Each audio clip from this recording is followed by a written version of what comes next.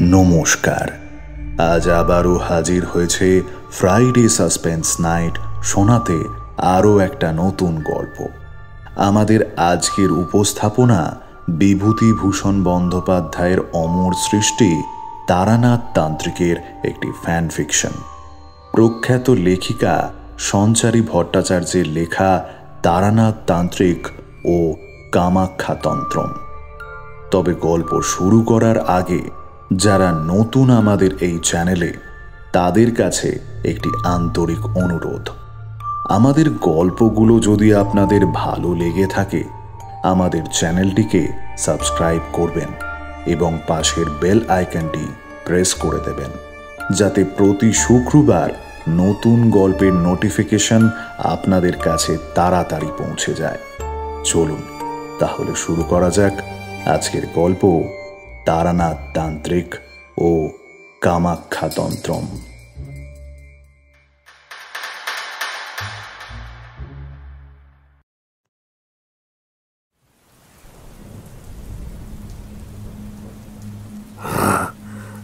না না না না না, এটা হতে পারে না। আবারও সেই বিভীষিকা। কিন্তু কেন? এসব তো অনেক আগেই মিটে গিয়েছে। এমনটা হতে পারে না, কিছুতেই পারে না, কিছুতেই না। ঠাকুরমশাইয়ের বাড়িতে তখন সবেমাত্র আমি আর কিশোরী এসে পৌঁছেছি। ওনার শোয়ার ঘর থেকে ভেসে আসা এই উন্মাদনা শুনেই দৌড়ে সেদিকে এগোতে গিয়ে দেখি ঠাকুরমশাই খাটের ওপর বসে রয়েছেন। দর দর করে ঘামছেন, নিঃশ্বাস নিতে পারছেন না। ওনার চোখ মুখের অবস্থা দেখে আমরাও ঘাবড়ে গেলাম। এরপরে কিশোরী ওনার সামনে গিয়ে জিজ্ঞাসা করল, কি হয়েছে ঠাকুরমশাই? এমনভাবে ভয় পেয়ে গেলেন যে? কি হয়েছে আপনার? এর আগে তো কোনোদিন আপনাকে এমন অবস্থায় দেখিনি। কিশোরী আর আমাকে দেখে ঠাকুরমশাই বেশ কিছুটা স্বাভাবিক হলেন। এরপরে আমি ও কিশোরী তার কথায় তাকে ধরে ধরে বাইরের বৈঠকখানায় নিয়ে এলাম। সেখানে আসতেই চৌকির ওপরে বসে পড়লেন তিনি। এরপরে আমি কিশোরীর হাত থেকে পাসিং শো আর তেলে ভাজার প্যাকেটটা হাতে নিয়ে ওনার সামনেই টেবিলের ওপরে রেখে দিলাম। দেখলাম তেলে ভাজার প্যাকেটটার দিকে তাকাতেই ঠাকুরমশাইয়ের মুখে হাসি ফুটেছে।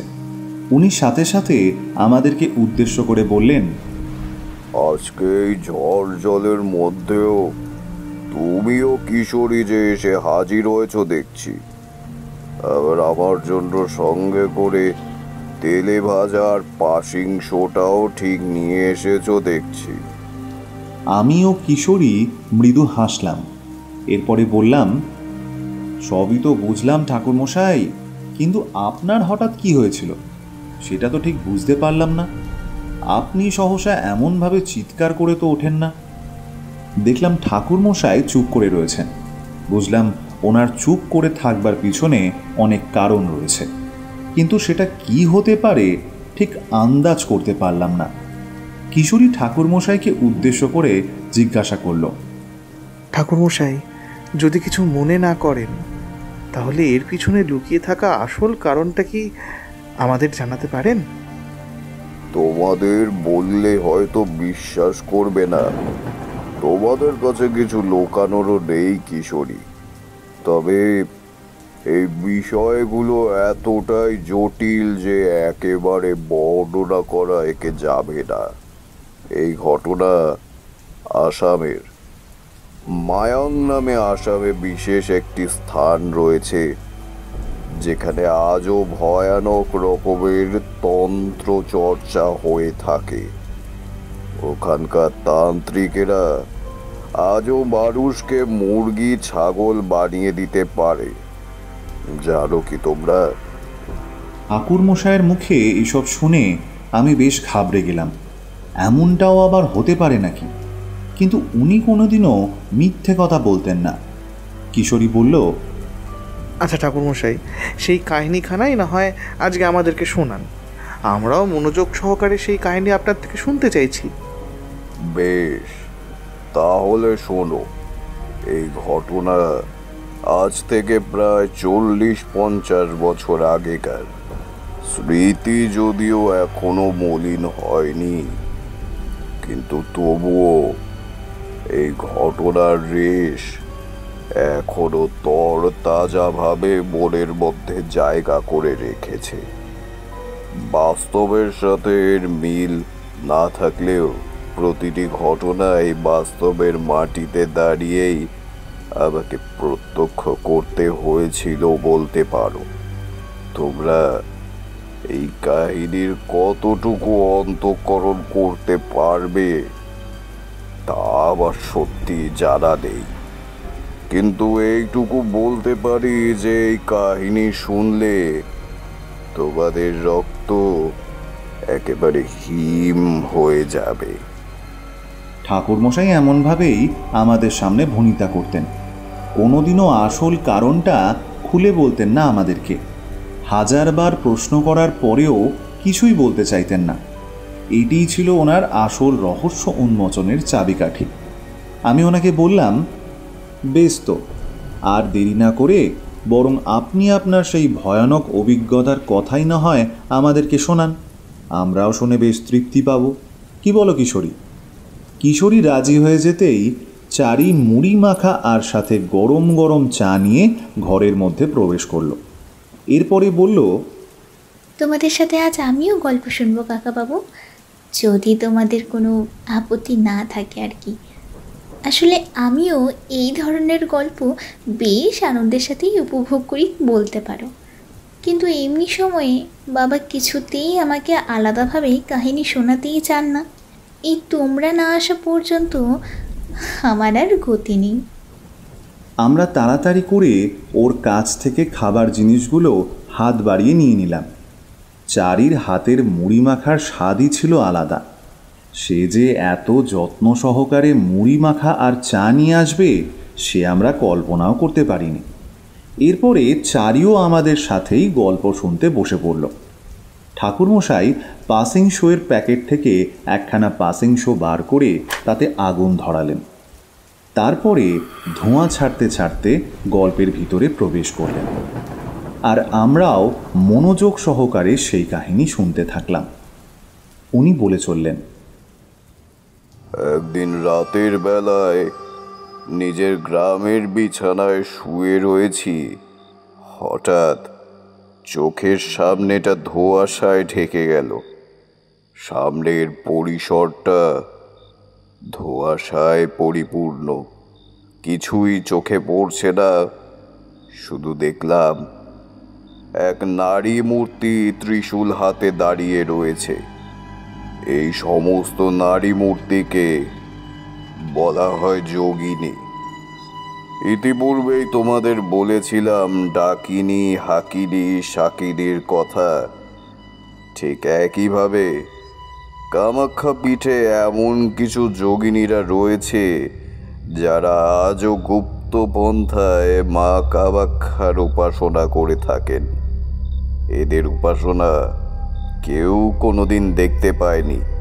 পুরাকাল থেকে এই 5 যোগিনী মা কামাখ্যার সেবায় ব্রতী হয়ে রয়েছেন। এই সমস্ত বিষয়গুলো গুহাতন্ত্রের সাথে জড়িত। এটির মধ্যেকার কোনো বিষয়কে স্বাধীনভাবে ব্যাখ্যা করার অনুমতি নেই।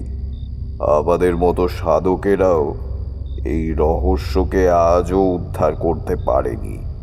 তাহলেই বুঝতে পারছো এসবের আড়ালে লুকিয়ে থাকা ইতিহাস কতখানি ভয়াবহ।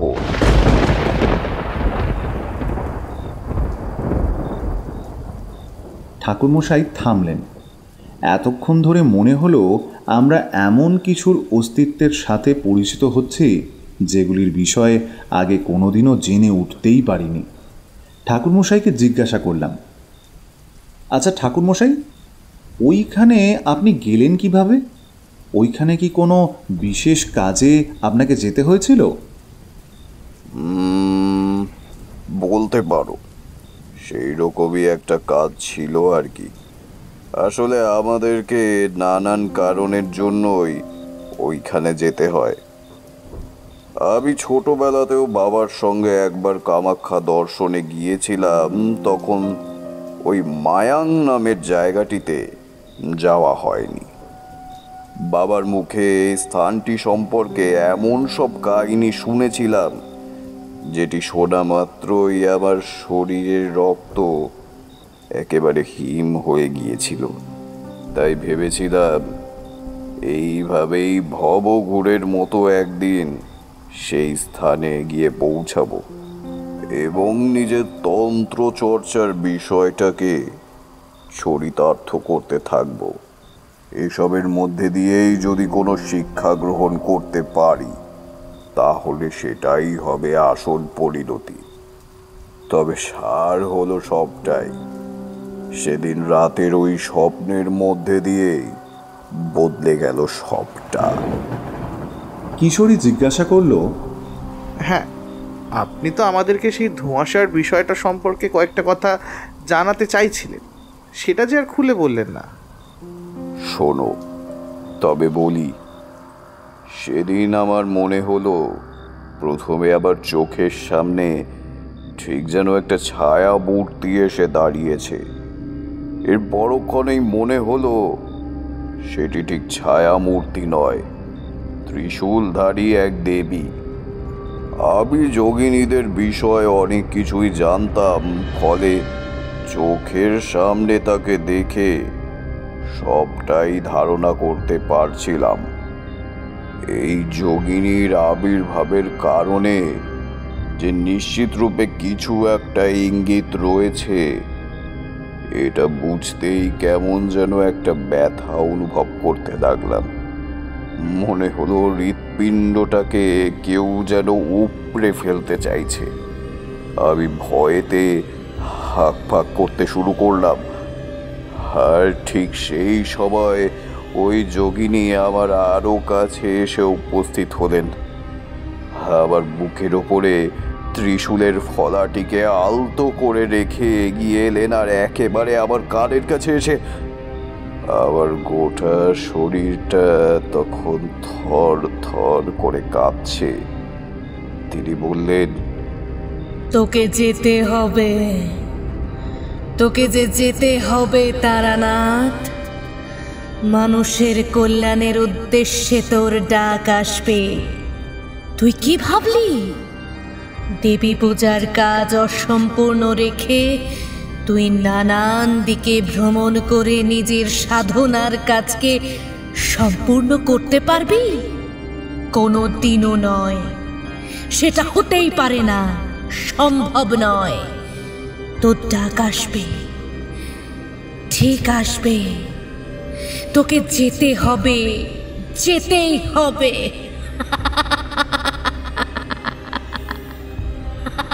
আমার সারা শরীর তখনও ঘামে ভিজে রয়েছে।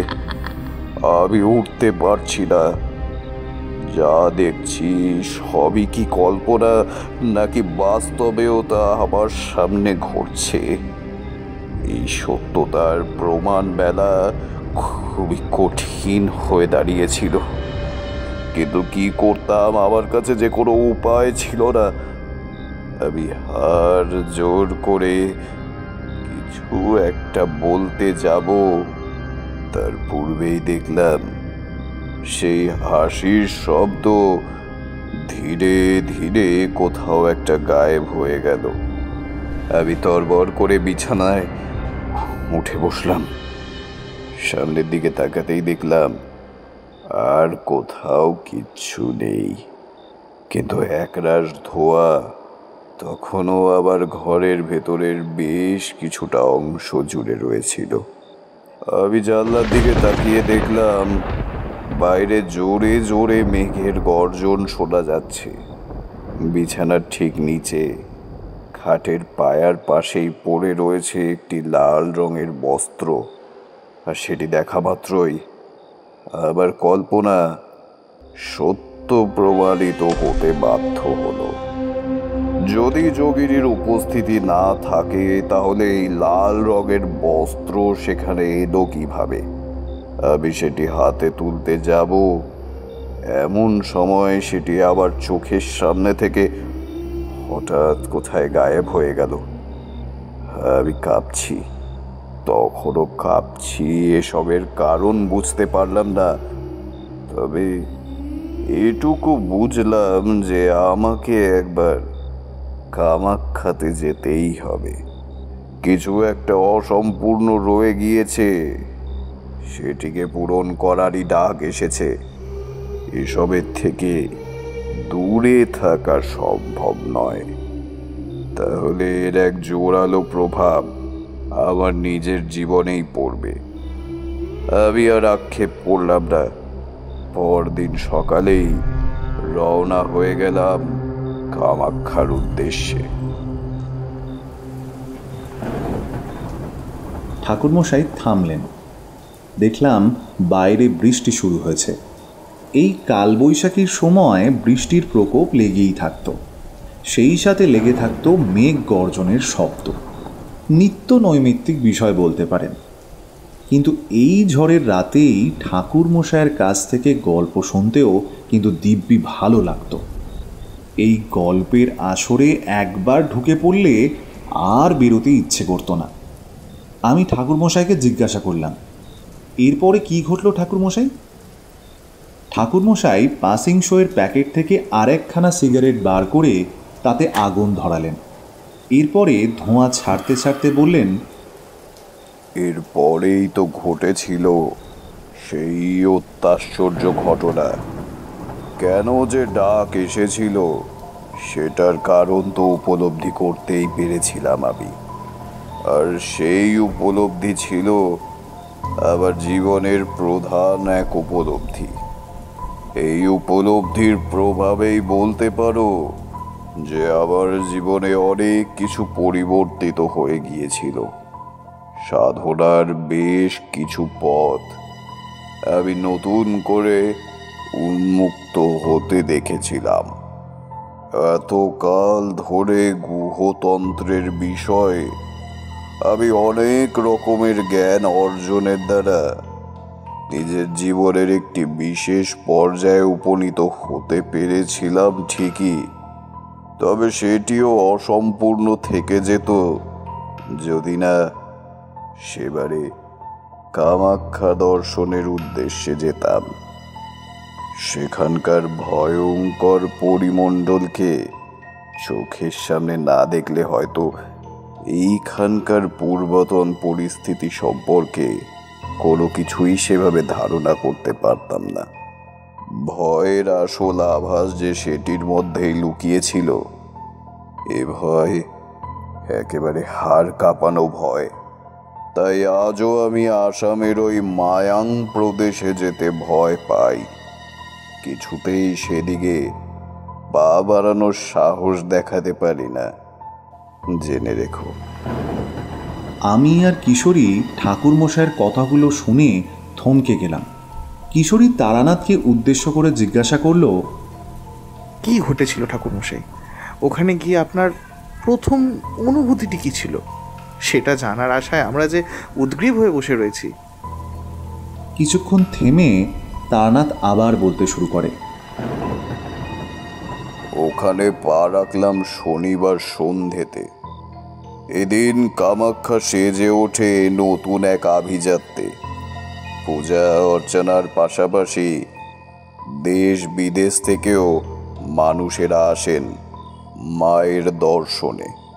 সেখানে পৌঁছে দেখলাম মন্দির বন্ধের সময় প্রায় আসন্ন। যারা যারা ওখানে মাকে দর্শনের জন্য এসেছিল সেই সকল দর্শনার্থীদেরকে মায়ের মন্দির থেকে সরে যেতে বলা হচ্ছে। কেউ যেন মায়ের মন্দিরের কাছেও ঘেঁষতে পারছে না। এমনটা দেখা মাত্রই আমি একটু অবাক হয়ে গেলাম।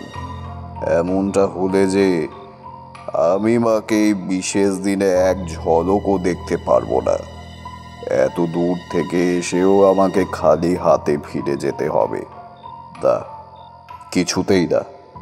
আমি মায়ের মন্দিরের দিকে এগোতেই প্রধান পুরোহিত আমাকে দাঁড় করালেন। বললেন, কে তুই? তোর এত বড় সাহস যে তুই মায়ের আজ্ঞাও অমান্য করিস? জানিস জানিস এখানে কত কিছু সম্ভব, হ্যাঁ, যা তুই কল্পনাও করতে পারবি না। সেসব এক নিমিষে তোর চোখের সামনে ঘটে যাবে, বুঝছিস? প্রাণে বাঁচতে চাস তো চলে যা, চলে যা। মা এখন আর কাউকে দর্শনের জন্য উৎসুক নন। এখন গোপন দেবীর পূজা হবে। যুগ যুগান্তর ধরে এইভাবেই পূজার কাজ হয়ে আসছে এই মন্দিরে। এই মন্দিরের রহস্যবেদী বিপদগামী অন্তর্জালকে কাটানোর সাহস যে বা যারা দেখিয়েছে তারা কিন্তু এখান থেকে আর জীবিত ফিরে যেতে পারেনি, আর না হয় গায়েব হয়ে গিয়েছে। মনে রাখিস কিন্তু কথাটা। পুরোহিত নিজের কথা শেষ করতে না করতেই একটি লোককে মন্দিরের গেটের দিকে ছুটে আসতে দেখলাম। তিনি একেবারে হন্তদন্ত হয়েই মন্দিরের দিকে ছুটে আসলেন। তার চোখ মুখের এমন অবস্থা দেখে আমিও ভীষণ ঘাবড়ে গেলাম। কি জন্য লোকটা অমনভাবে চমকে উঠেছেন, কি ঘটেছে সেখানে, আমি একটা কথা বলারও সুযোগ পেলাম না। তার আগেই লোকটি আমাকে সেখান থেকে সরিয়ে দিলেন। এরপরে পুরোহিত মশাইয়ের পায়ে পড়ে বলতে শুরু করলেন, পুরোহিত মশাই, আমার নাম সমর। আমি আমার স্ত্রী নন্দিতা ও আমার ছোট্ট মেয়েকে নিয়ে কামাখ্যা মায়ের দর্শনে এসেছিলাম। পূজার কাজও সমাপ্ত হয়ে গিয়েছিল, কিন্তু আমার স্ত্রীকে এরপর থেকে আর খুঁজে পাচ্ছি না। আপনি তো এখানকার পরিস্থিতির কথা সবই জানেন। মানুষ কিভাবে গায়েব হয়ে যায় কেউই বলতে পারে না। পুরোহিত মশাই তার কথাগুলো শোনার পরেই কেমন যেন একটু চমকে উঠলেন। এরপরে বললেন, তাহলে আরেকজন বলির শিকার হলো। আজকে কি বলির দিন? হ্যাঁ, এই এক সপ্তাহ ধরে এমনটাই ঘটে চলেছে, কিন্তু কেন? এসবের কারণ কি? মায়ের মন্দিরে এমন অনর্থ ঘটে চলেছে। আচ্ছা পুরোহিত মশাই, আমরা যখন মন্দিরে এসেছিলাম তখন তো এখানে কোনো সাধু সন্ত কিংবা তান্ত্রিক কেউই ছিলেন না। যারা ছিলেন তারা তো কেউই অঘরী নয়। তবে এমনটা কি করে সম্ভব হলো? এসব তোর বোঝার বাইরে। এরা কোনোদিনও কাউকে দেখিয়ে কিছু করে না। আজকে তোদের এই মন্দিরে আসা একেবারেই উচিত হয়নি। একেই তোর স্ত্রী সধবা মানুষ, তারপর আবার ভুলে সিঁদুর ছোঁয়ায়নি। জানিস এ কত বড় ঘোর অমঙ্গলের চিহ্ন? হ্যাঁ, এসবের ধারণা তোদের আছে? তাছাড়া আজকের কালজয়ী নক্ষত্রে পদার্পণ করবে বৃহস্পতি। আজকের দিনেই দেবী এই ধরাধামে কামাখ্যা রূপে আবির্ভূতা হয়েছিলেন। তাই আজকের দিনটিকে সর্বাধিক পবিত্র ও অন্য ক্ষেত্রে সব থেকে ভয়ঙ্কর দিন বলেও দাবি করা হয়ে থাকে। আমি পুরোহিত মশাইয়ের এই শেষ কথাটির কারণ বুঝলাম না। পাল্টা তাকে জিজ্ঞাসা করলাম, কেন ভয়ঙ্কর দিন? আজকের দিনে কি হয়? উনি আমার দিকে কটাক্ষে সুর করে বললেন, এই নাকি তুমি তন্ত্র সাধক? আজকের দিনে অঘরীরা মাতৃশক্তির আরাধনা হেতু এমন কিছু কাজ করে যার দ্বারা ডাকিনী, যোগিনী ও শাকিনী উন্মুক্ত হয়ে তাদেরকে দেখা দিতে আসে। এরপরে যদি সেই সাধক নিজ সাধনার বলে তাদেরকে সন্তুষ্ট করতে পারে, তাহলে সেই ডাকিনী বা যোগিনী কিংবা শাকিনী তাদের মনোবাঞ্ছা পূরণ করে থাকে। এছাড়াও আজকের দিনে কালো শক্তিকেও আহ্বান করে অনেক তান্ত্রিক। এই কালো শক্তিকে আহ্বানের মধ্যে দিয়েই তারা তাদের ইচ্ছা পূরণ করে। কালো শক্তিতে প্রসন্ন হবার জন্যে প্রয়োজন সধবার বলি। সেই বলির জন্যেই এরা বেশ ধরে এই মন্দিরে ঘুরে বেড়ায়। এরপর সুযোগ বুঝে এরা ঠিক নিজেদের শিকারকে ধরে নিয়ে চলে যায়, আর সেটা অবশ্যই অলক্ষ্যে। একটা কথা মনে রাখিস, তোর স্ত্রীকেও এমনই কেউ উঠিয়ে নিয়ে গিয়েছে। এইবারে স্বয়ং মা ছাড়া কেউই তোর স্ত্রীকে তোর কাছে ফিরাই দিতে পারবে না, পারবে না। সমর কান্নায় ভেঙে পড়ল। আমিও সেখানে দাঁড়িয়ে গোটা বিষয়টা শোনবার পরে একেবারে হক চকিয়ে পড়লাম। এরপরে মনে মনে বললাম, আমাকে ওই মহিলাকে খুঁজে বার করতেই হবে। এর জন্য যদি আমার প্রাণও চলে যায় তবুও ভালো, কিন্তু এভাবে অপেক্ষা করলে চলবে না। আমি আমার উদ্দেশ্য সাধনের জন্য এই পথে এসেছি, ফলে আমাকে সেই উদ্দেশ্যের পথে এগিয়ে যেতেই হবে। আমি পুরোহিত মশাই ও সমর বাবুকে উদ্দেশ্য করে বলছিলাম, আপনারা যদি অভয় দেন তাহলে আমি আপনার স্ত্রী মানে নন্দিনী দেবীকে খুঁজে বার করতে চাই। জানি না কেন আমার মনে হচ্ছে আপনারা যেমনটা ভাবছেন তেমনটা নয়। উনি জীবিতই আছেন, তবে ওনাকে কেউ ধরে নিয়ে গেছে এ কথাটা একেবারেই ঠিক, কিন্তু সেটা অঘরী নাকি। আমি এই পর্যন্ত বলে থেমে যেতেই পুরোহিত মশাই আমার দিকে উদ্দেশ্য করে বললেন, আপনি এইভাবে থেমে গেলেন কেন? কি বলতে চাইছিলেন আপনি? না না, ও কিছু নয়। আসলে আমি এই মন্দির সম্পর্কে অনেক গূঢ় তত্ত্বের কথা শুনেছি। এই তথ্যাদির মধ্যে সত্যতা কোথায় এই বিষয়ে আমি নিশ্চিত নই, তবে আমার মনে হয় দেবীর কোপেই সবটা ঘটেছে। উনি মাথায় সিঁদুর না ছুঁয়ে আসবার কারণেই বোধহয় দেবী রুষ্ট হয়েছেন, আর সেই কারণেই। কথাটা শেষ করতে না করতেই সেই পুরোহিত আমাকে এক ধাক্কা মারলেন। আমি সজোরে ধাক্কাটি সামলাতে না পেরে মাটিতে পড়ে গেলাম। এরপরে পুরোহিতের দিকে ফ্যাল ফ্যাল করে তাকিয়ে রইলাম। উনি ক্রোধিত দৃষ্টিতে আমাকে উদ্দেশ্য করে বললেন, দেবী মায়ের নামে যদি একটা ভুল কথা বলেছিস তাহলে তাহলে তোর জিভ টেনে আমি ছিঁড়ে দেব। আমি জানতাম কামাখ্যা পীঠের পুরোহিতরা খুবই শক্তিশালী হন। দেবী মায়ের দর্শন লাভ না হলে তারা কেউই প্রধান পুরোহিতের পদে আসতে পারেন না। তারা কেউই মায়ের পূজার অধিকার পান না। এই বিষয়টি এতটাই কঠিন কারণ পুরাণে বর্ণিত সাধকদের ক্ষমতা অর্জনের বিষয়টিও এতটাই প্রাসঙ্গিক। আমি কোনো জবাব দিলাম না, সচেষ্টায় ধীরে ধীরে উঠে দাঁড়ালাম। এরপরে বললাম, অপরাধ ক্ষমা করবেন। আমি না জেনে কোনো পাপ করে থাকলে আমাকে মার্জনা করবেন। দেখলাম পুরোহিত শান্ত হয়ে গিয়েছে। সমর আমাকে বলল, আপনি দয়া করে আমার স্ত্রীকে খুঁজে বার করুন বাবা, আপনার দুটি পায়ে পড়ি। তার জবাবে আমি বললাম, এভাবে বলতে হবে না। আমাকে বেশ কয়েকদিন সময় নিয়ে গোটা বিষয়টা দেখতে হবে। এক কথায় পর্যবেক্ষণ করতে হবে আর কি। আপনি বরং বাড়ি ফিরে যান, আর যাবার আগে আপনার স্ত্রীর একটা যদি ছবি থাকে তাহলে সেটা একবার আমাকে দিয়ে যাবেন। লোকটির কাছে একটি ব্যাগ ছিল, তার মধ্যে থেকে একটি ছবি বার করে বললেন, এই আমি ও আমার স্ত্রী।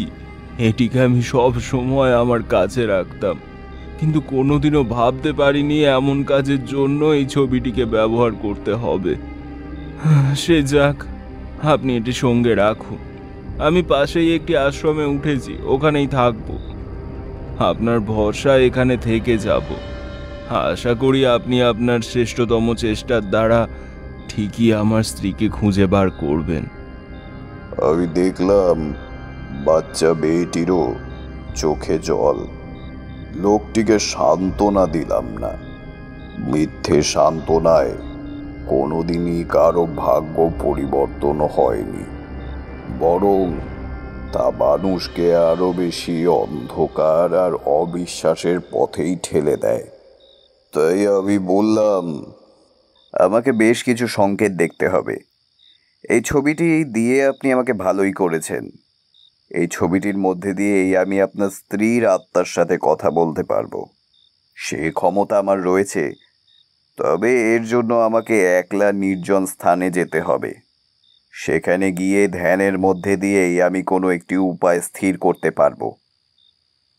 লোকটি চোখের জল দিয়েই সেই স্থান ত্যাগ করলেন। আমি বেশ কিছুক্ষণ মন্দিরের সামনেই বসে রইলাম।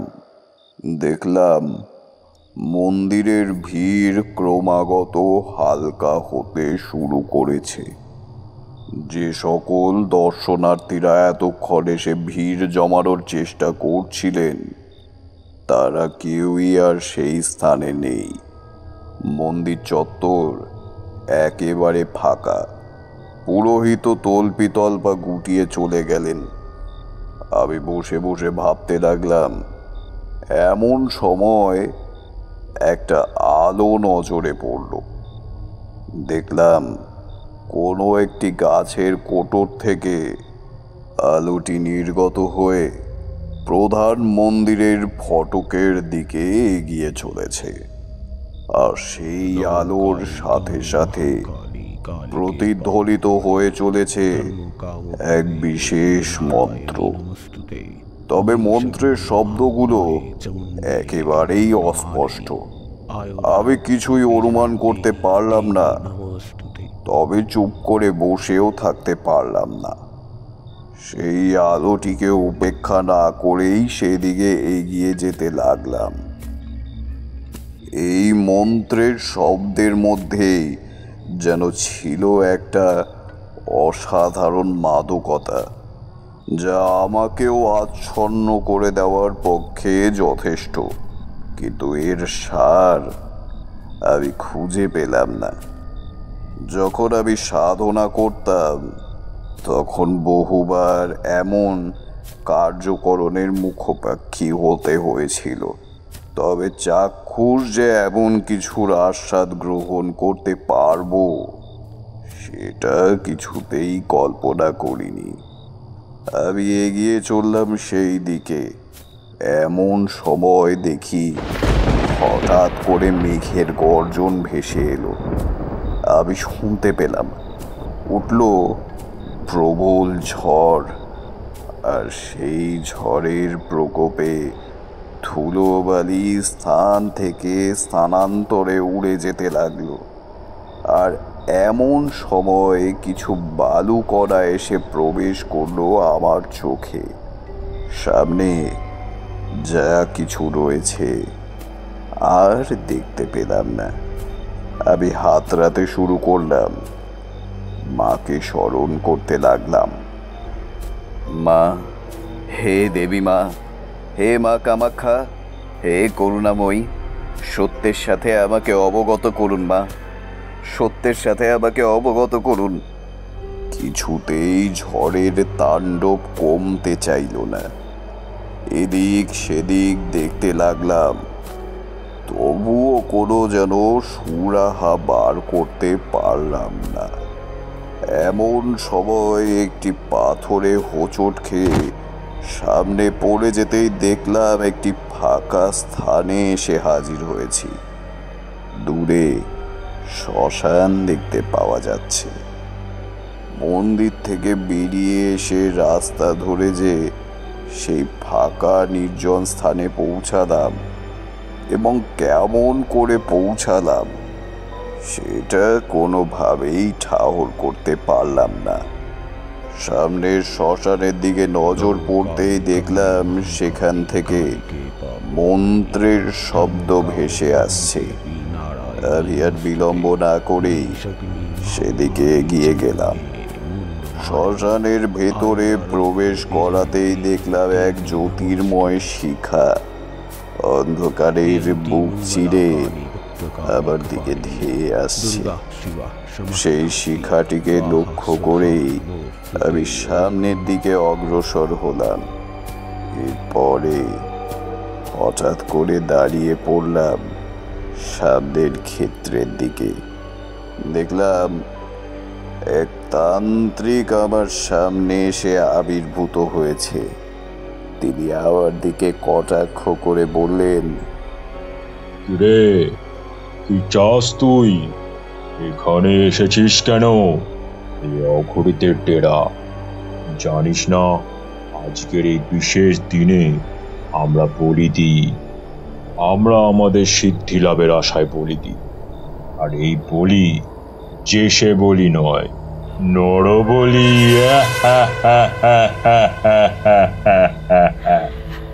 তুই কি ভাবলি তোকে এখানে এমনি এমনি টেনে নিয়ে এসেছে তোর নিয়তি?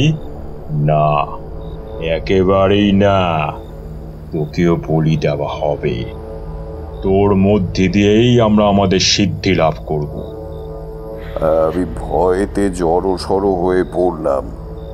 আবার বুক দিয়ে কোনো সারা শব্দ বেরোতে চাইল না। দেখলাম বেশ কিছু অঘরী আমাকে ঘিরে ধরেছে। এমন সময়ে তাদের মধ্যে থেকে এসে একজন একটা মস্ত বড় খাড়া নিয়ে আমার সামনে দাঁড়ালেন। এরপরে আমাকেই উদ্দেশ্য করে বললেন, এই খাঁড়ার এক কোপেই আজকে তোর মাথাটা ধর থেকে আলাদা হয়ে যাবে।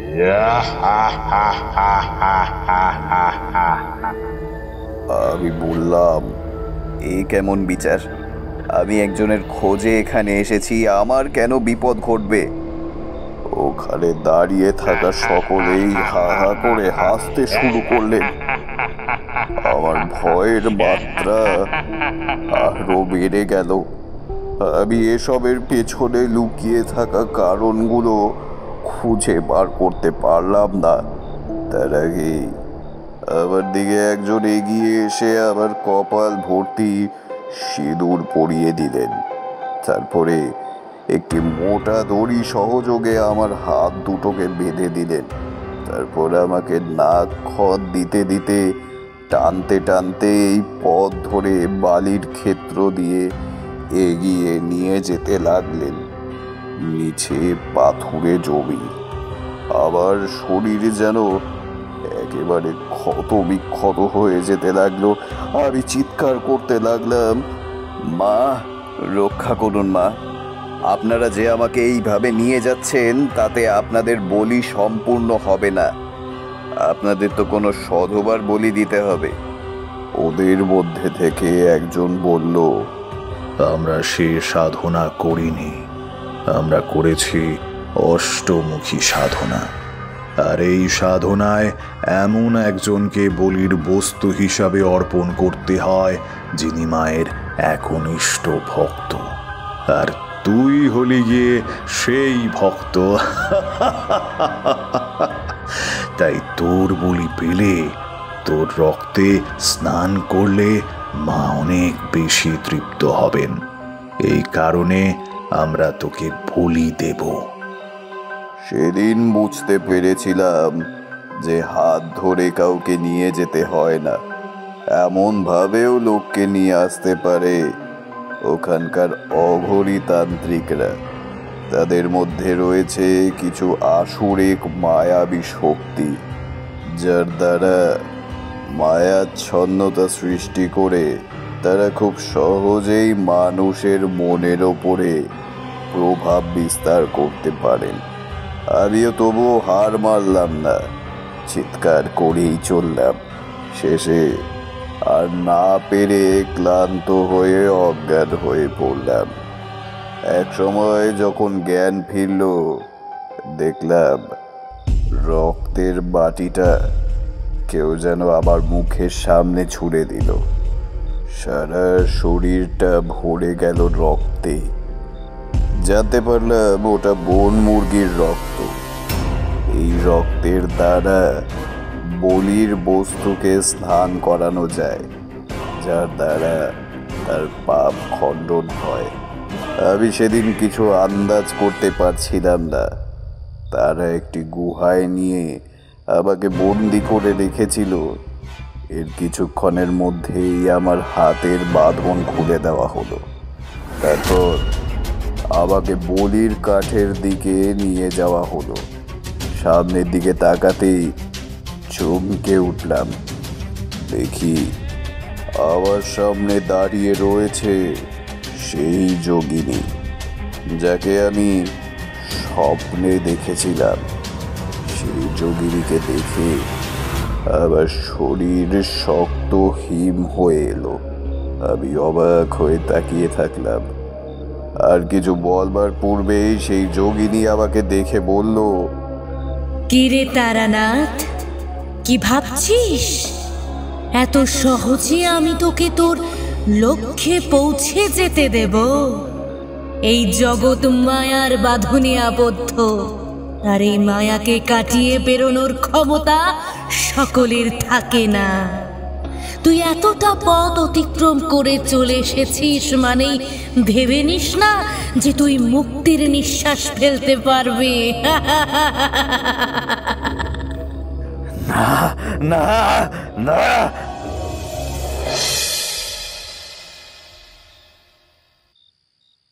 সামনের দিকে তাকাতেই দেখি সবটা অন্ধকার। আমি মন্দিরের প্রধান দরজার সামনে দাঁড়িয়ে রয়েছি।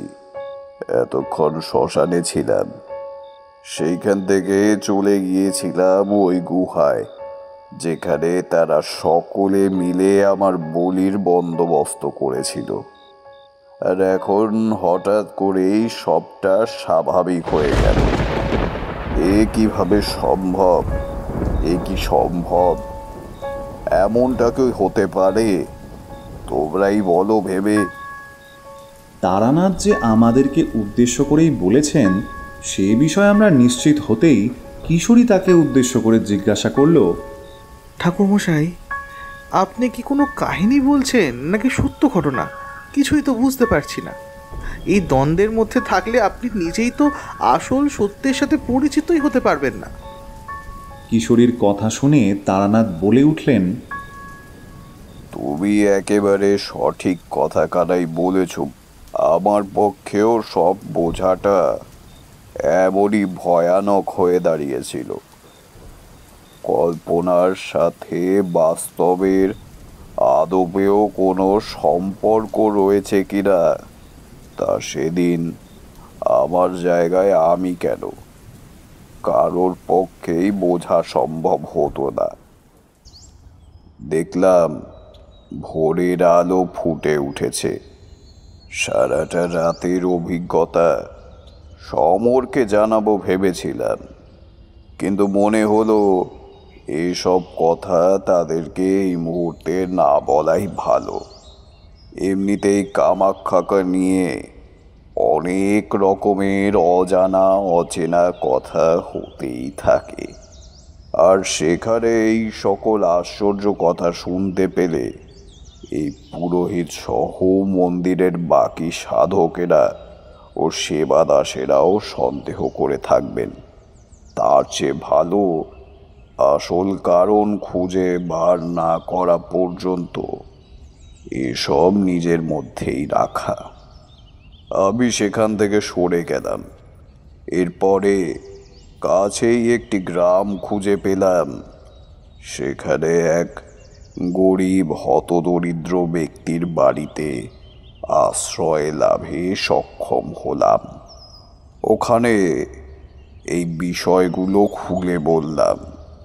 উনি সবটা শোনবার পরে বললেন, আপনি যা বলেছেন একেবারেই সঠিক কথা বলেছেন। সেখানকার পরিস্থিতি একেবারেই সেরকম নয়। এমন ঘটনাও আমি ঘটতে দেখেছি। তবে এসবের সত্যতা খুঁজতে যাবেন না। যে গায়েব হয়েছে জানবেন কোনো বিশেষ কারণেই হয়েছে, তাকে খুঁজে বের করতে যাবেন না। তাকে খুঁজে বের করতে যাচ্ছেন বলেই কিন্তু আপনাকে সেই সকল ঝুঁকির মুখে পড়তে হচ্ছে। দেবী মাই বলুন কিংবা অঘরী, এরা কিছু না কিছু নিয়ে বা কোনো একটি বিষয় বিশেষ অভিজ্ঞতা না করিয়ে কিন্তু আপনাকে এখান থেকে যেতে দেবে না।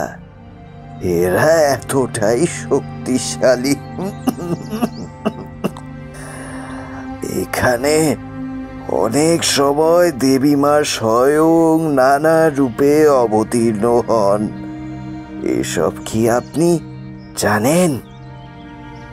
আমি কিছুদিনের জন্য ওই লোকটির বাড়িতেই থেকে যাওয়ার সিদ্ধান্ত নিয়ে ফেললাম। একদিন রাতের বেলায় হঠাৎ করেই আলোর এক ঝলক দেখে আবার ঘুমটা ভেঙে গেল। আমি সামনের দিকে তাকিয়ে দেখলাম ঘরের মধ্যে থেকে কিছু একটা আমাকে বাইরে নিয়ে যেতে চাইছে। একবার ভাবলাম সেই বৃদ্ধ ব্যক্তিকে এই বিষয়টির কথা জানাই, কিন্তু তারপরেই মনে হলো থাক, তার আর প্রয়োজন নেই। আমি নিজেই বরং এই বিষয়টির অন্তরে লুকিয়ে থাকা সেই সত্যকে খুঁজে বার করার চেষ্টা করে দেখি। দেখলাম সেই আলোটি জানলা দিয়ে বাইরে বেরিয়ে গেল। গ্রামটি একেবারে পাহাড়ের কোলেই অবস্থিত ছিল। সেই সময় বাইরে সেদিন বেশ ঝড় উঠেছিল।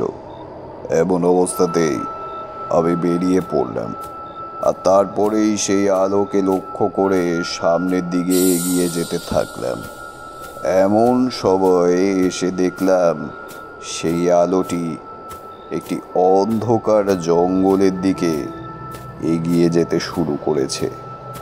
আর সেদিকে যাওয়া মাত্রই হঠাৎ করে আমার সামনে এক নারী মূর্তি এসে থমকে দাঁড়ালেন। নন্দিতার মুখটা আবার স্পষ্ট মনে ছিল। দেখলাম সে সামনে দাঁড়িয়ে, তার সারা শরীরে প্রচুর আভূষণ, অলংকারে গোটা শরীরটা একেবারে মুড়ে গিয়েছে। আর সেই সঙ্গে পায়ে রয়েছে টকটকে লাল রঙের আলতা, পরনে রয়েছে লাল পেরে শাড়ি।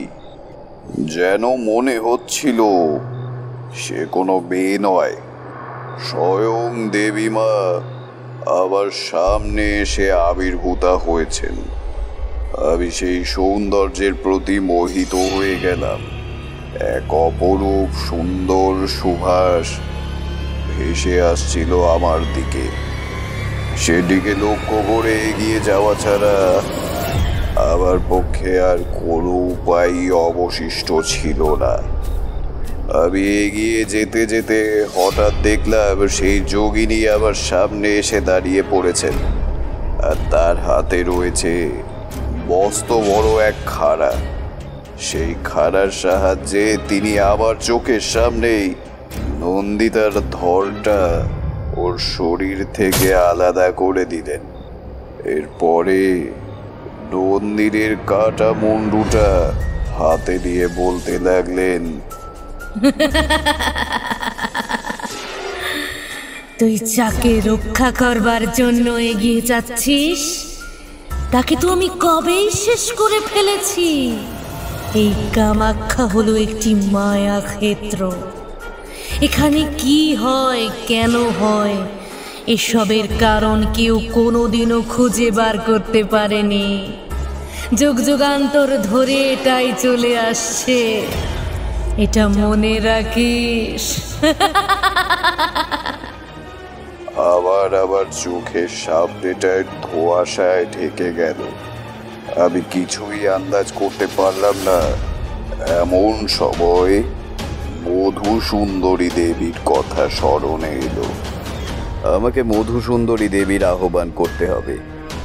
আগামীকাল মন্দিরে পুজো রয়েছে, তবে রাত্রিকালীন পূজা। সেই পূজায় সাধারণের প্রবেশ একেবারেই নিষিদ্ধ।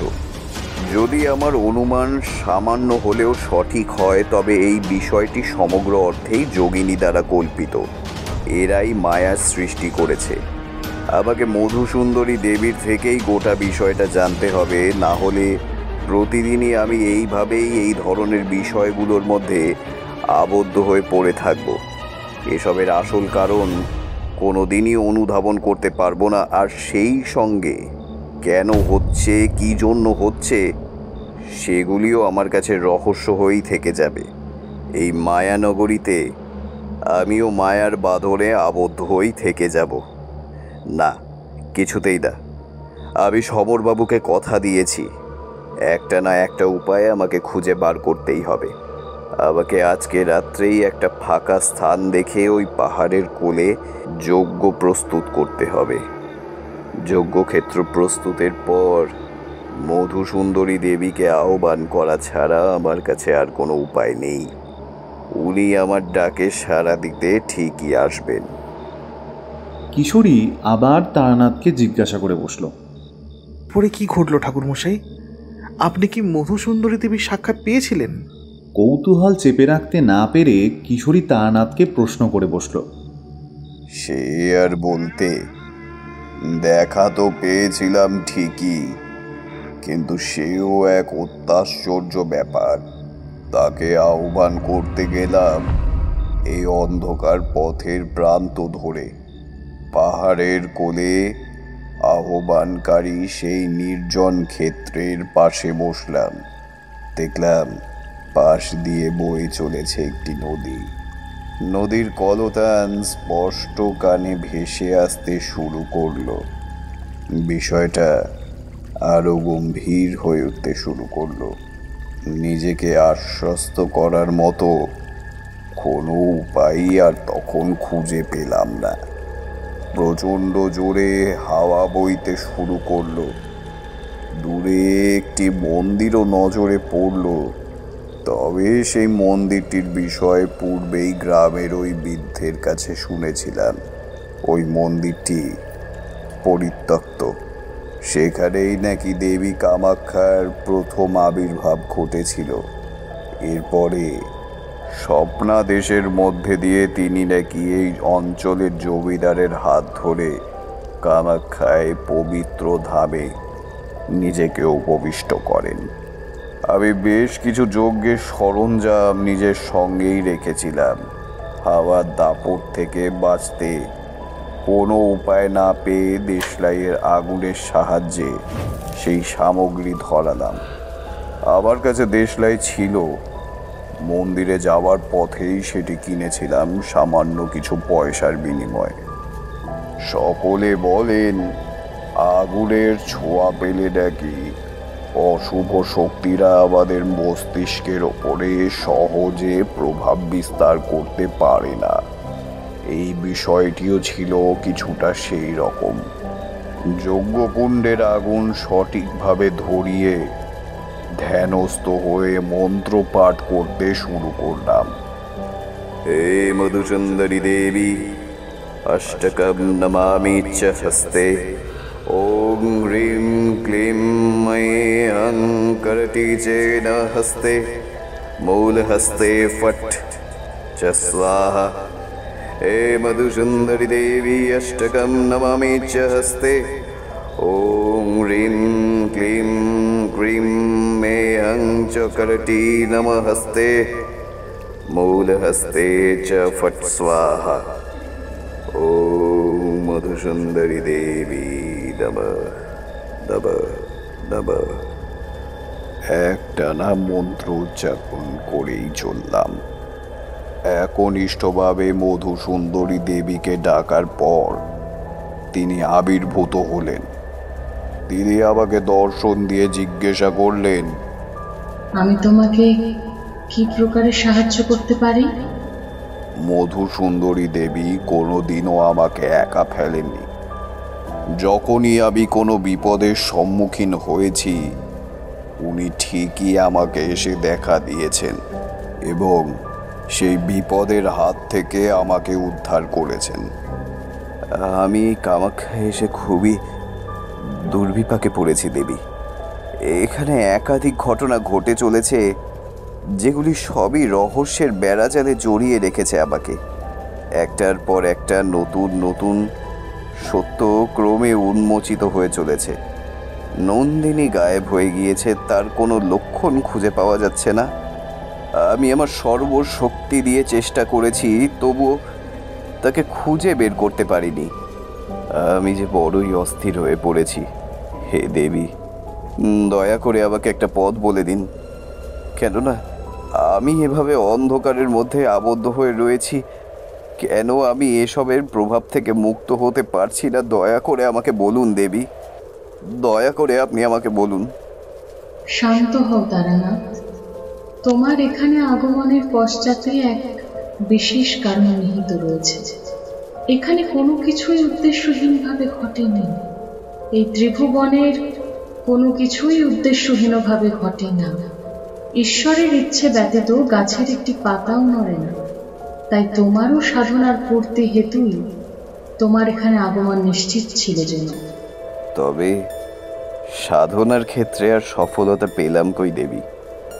আমি তো এখনো একইভাবেই সেই দোলাচলে আবদ্ধ হয়ে পড়ে রয়েছি। কোনো কারণ, কোনো ব্যাখ্যা কিছুই যে খুঁজে পাচ্ছি না। শান্ত হও তারানাথ। সবটাই আমাদের চোখের সামনেই থাকে, কিন্তু আমরা সঠিকটা সময়ের পূর্বে কোনো মূল্যই দেখতে পাই না। আমাদের প্রতিটি প্রশ্নের মধ্যেই আমাদের উত্তর লুকিয়ে থাকে। তুমি নন্দিনীকে খুঁজছিলে। যেখানে যেখানে তোমার ধারণা ছিল সে আছে বা যেতে পারে, সেই সেই স্থানে তুমি গিয়েছিলে।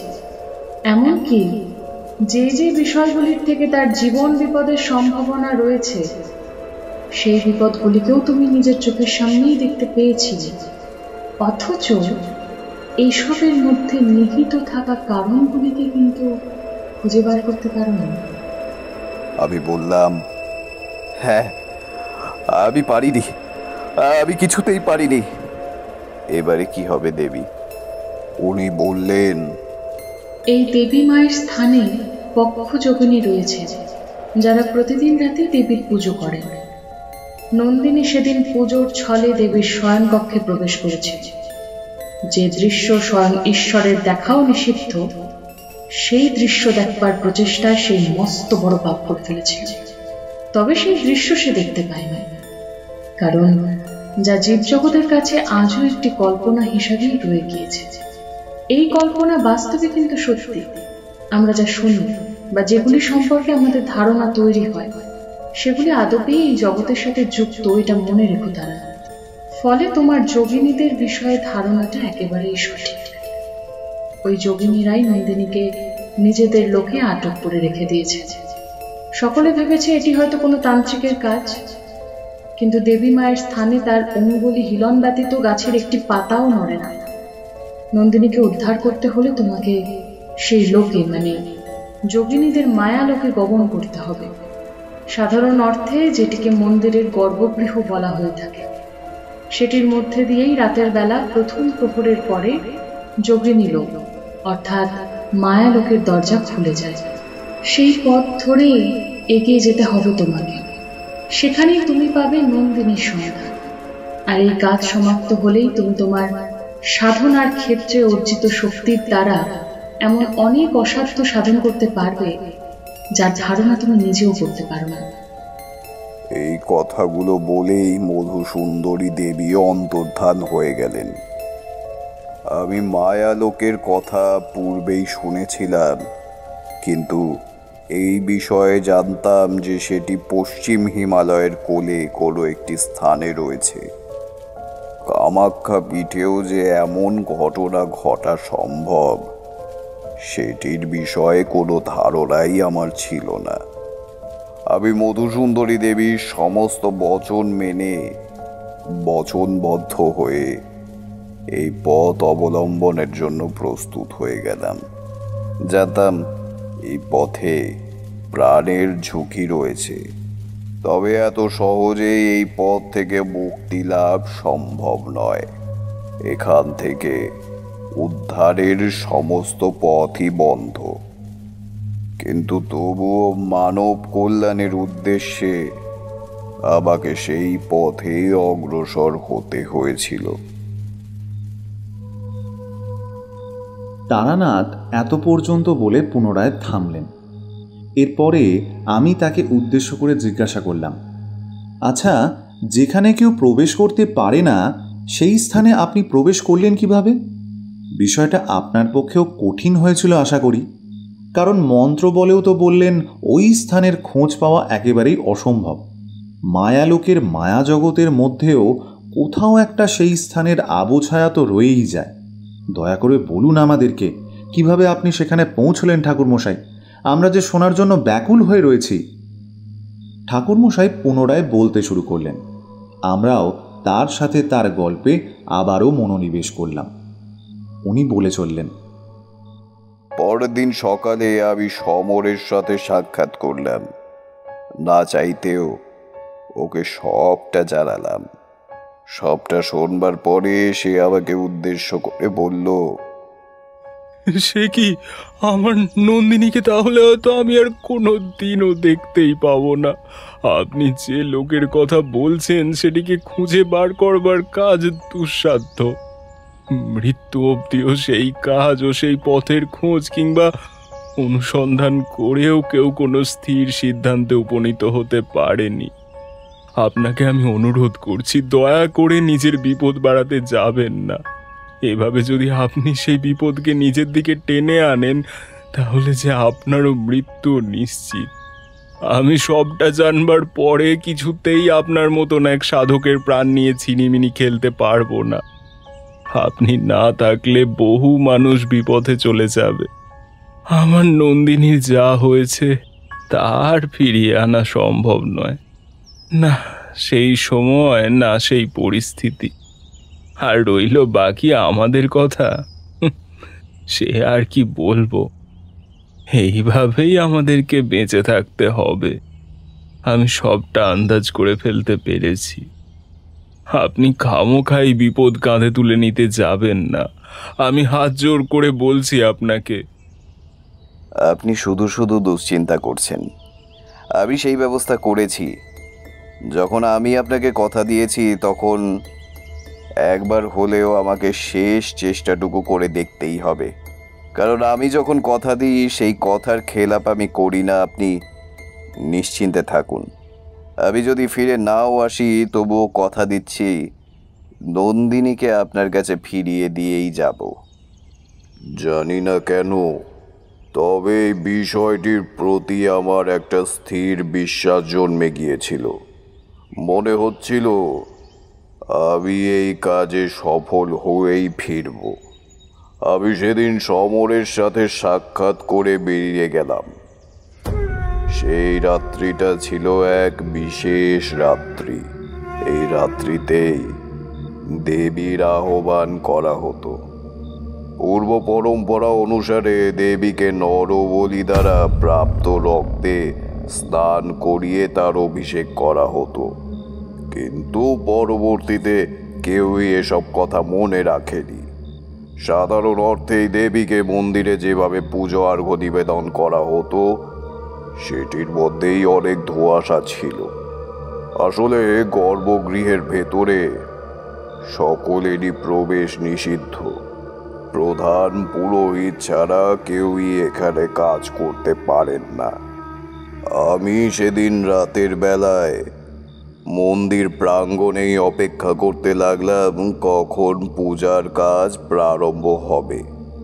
সেটির প্রতীক্ষা করতে করতে দেখলাম প্রধান পুরোহিত গর্ভগৃহের ভেতর থেকে আরতির থালা নিয়ে বেরিয়ে আসেন।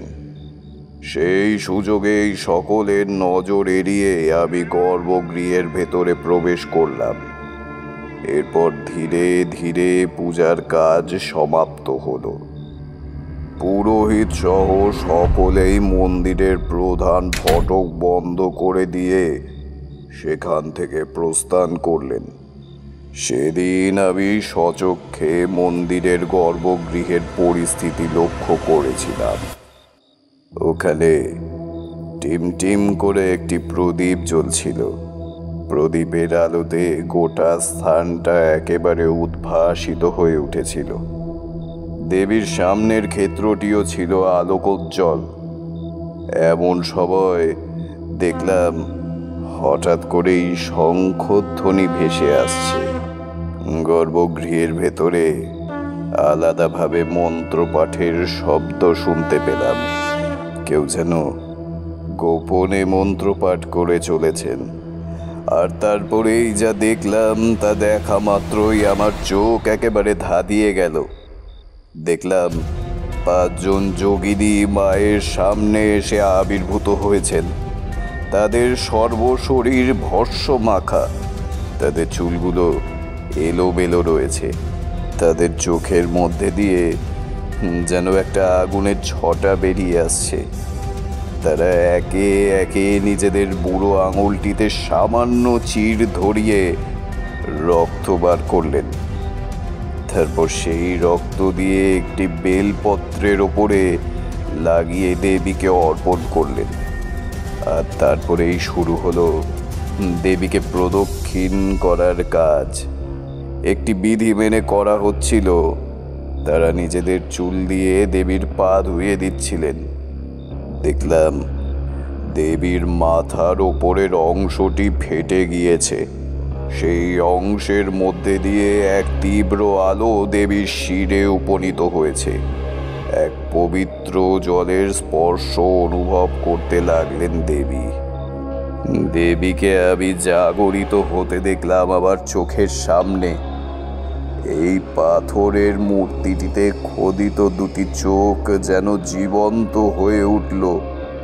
আর সেই জ্যোতির্ময় দর্শনের মধ্যে দিয়ে যোগিনীরা ধন্য ধন্য করতে লাগলেন।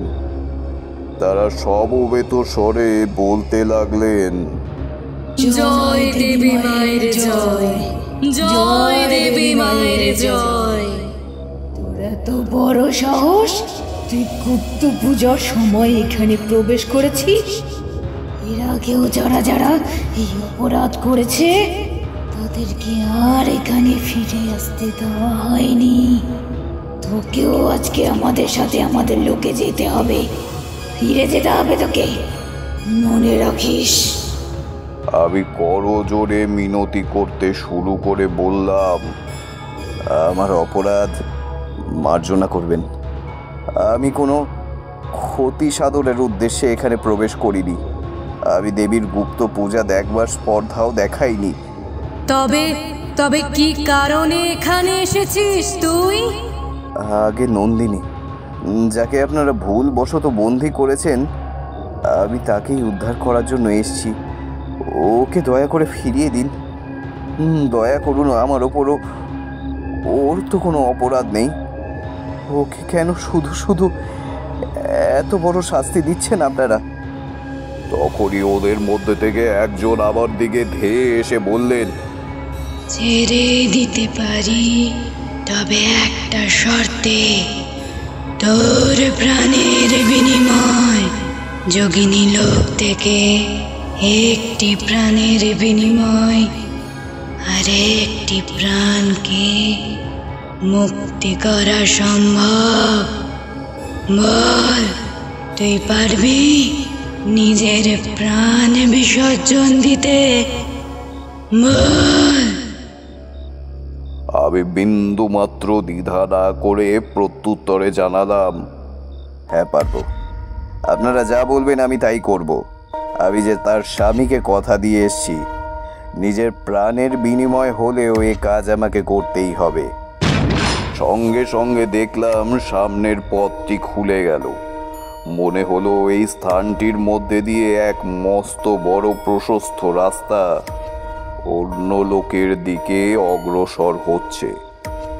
আর আমি সেই পথের দিকে হারিয়ে যেতে শুরু করলাম। এমন সময় হঠাৎ করে এক বিশাল ত্রিশূলের ফলা এসে বিদ্ধ করলো আমাকে, এবং ধীরে ধীরে আমার জ্ঞান যেন হারিয়ে গেল। এই পর্যন্ত বলে থামলেন তারানাথ। আমরা অবাক হয়ে শুনছিলাম। এরপরে কিশোরী তাকে উদ্দেশ্য করে জিজ্ঞাসা করল, এ কি করে সম্ভব? আপনি তাহলে জীবিত রইলেন কিভাবে? সেটা আজ ধোঁয়াশায় থেকে গিয়েছে, বুঝলে কিশোরী। যখন চোখ খুললাম দেখলাম মন্দিরের পেছনের জঙ্গলে আমি শুয়ে রয়েছি।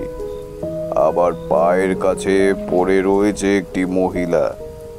জ্ঞান ফেরার সাথে ভালো করে নজর দিয়ে দেখলাম সে আর কেউ নয়, স্বয়ং নন্দিনী। আমি তাড়াতাড়ি করে পাশের দিঘি থেকে আছলা ভরে জল নিয়ে তার মুখে ছিটিয়ে দিতেই তার জ্ঞান ফিরে এলো। দেখলাম সে স্বাভাবিকই রয়েছে। এতেই বুঝলাম মা কামাখ্যা আমার সততার পরীক্ষা নিচ্ছিলেন মাত্র। আর এই পরীক্ষায় আমি সফল হয়েছি বলেই উনি আবার জীবন ফিরিয়ে দিয়েছিলেন, আর তার সাথে সাথে নন্দিনীকেও। নন্দিনীকে সাথে নিয়ে এরপরে আমি সমরের কাছে ফিরে এসেছিলাম। ওকে সমরের হাতে তুলে দিয়েছিলাম। আমার দ্বারা এই উদ্ধার সেখানকার মানুষেরই নয়, স্বয়ং প্রধান পুরোহিতেরও দৃষ্টি আকর্ষণ করেছিল, বুঝলে? তারা আজও এই চমৎকারকে ভুলতে পারেনি। এরপরে আমি নিজের গ্রামে ফিরে এসেছিলাম, তবে ফিরে আসার পরে আমি অনেক শক্তি অর্জন করতে পেরেছিলাম, যেগুলি হয়তো আবার সাধনার জীবনের অবদান বলা যেতে পারে। এইখানেই থামলেন তারানাথ। মনে হলো এতক্ষণ যেন আমরা কল্পনার সাগরে ডুব দিয়েছিলাম। সত্যি এই মানুষটার শব্দের জাদুতে হারিয়ে যেতে মন চায়, ভাষায় প্রকাশ করা যায় না। এরপরে সেদিন রাতে খাওয়া দাওয়া সেরে আমি আর কিশোরী মঠ লেনের রাস্তা ধরে হাঁটতে হাঁটতে অনেক রাতে বাড়ি ফিরেছিলাম। কিন্তু আবারও পরবর্তী রোববারে গল্প শোনবার ঝোঁকটা রয়েই যায় আমাদের মধ্যে।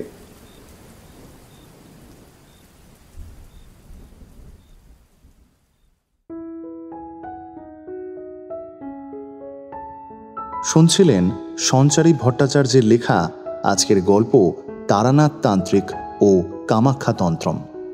কিশোরীর ভূমিকায় শুভম, চারি পম্পা, মধুসুন্দরী দেবীর ভূমিকায় তৃষা, যোগিনীদের চরিত্রে দেবলীনা, পম্পা, ঈশিতা, পুরোহিতের ভূমিকায় দেবাজিৎ, সমর, দীপ, অঘরীর চরিত্রে দেবজিৎ, তারানাথ তান্ত্রিক ও গরিব হতদরিদ্র ব্যক্তির চরিত্রে অভিরূপ, অশ্বিনী ও গল্পের সূত্রধর আমি স্বরূপ, শব্দগ্রহণ ও ধ্বনি পরিকল্পনায় দেবদত্ত, প্রচ্ছদ নির্মাণ সৌভিক, সমগ্র পরিচালনায় টিম ফ্রাইডে সাসপেন্স নাইট।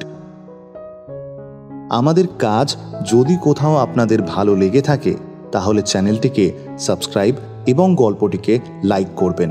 আর আপনাদের নিজের পরিচিত বন্ধুবান্ধবদের মধ্যে গল্পটি অবশ্যই শেয়ার করবেন। আমরা ফেসবুক আর ইনস্টাগ্রামেও রয়েছি, আমাদের সেখানেও ফলো করতে পারেন। আপনাদের গুরুত্বপূর্ণ মতামত আমাদেরকে কমেন্টে লিখে জানাবেন। আগামী পর্বে আরও একটা নতুন গল্প নিয়ে হাজির হবে ফ্রাইডে সাসপেন্স নাইট। ততক্ষণে ভয় থাকবেন, ভয় রাখবেন। শুভরাত্রি।